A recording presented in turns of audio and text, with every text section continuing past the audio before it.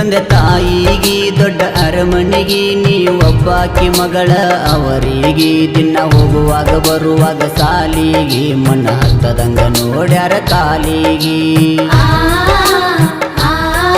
ನಿಮ್ಮ ಸಿರಿ ತನಕ ನಮ್ಮ ಬಡತನಕ ವ್ಯತ್ಯಾಸಿದ್ದಂಗ ನೀರಿಗೆ ಹಾಲಿಗಿ ನೀ ಬರಬೇಡ ಬಡವನ ಗುಡಿಸಲಿಗಿ ನಿನ್ನ ಒಂದು ದಿನ ಕಳಿಸಿಲ್ಲ ಬಿಸಲಿಗಿ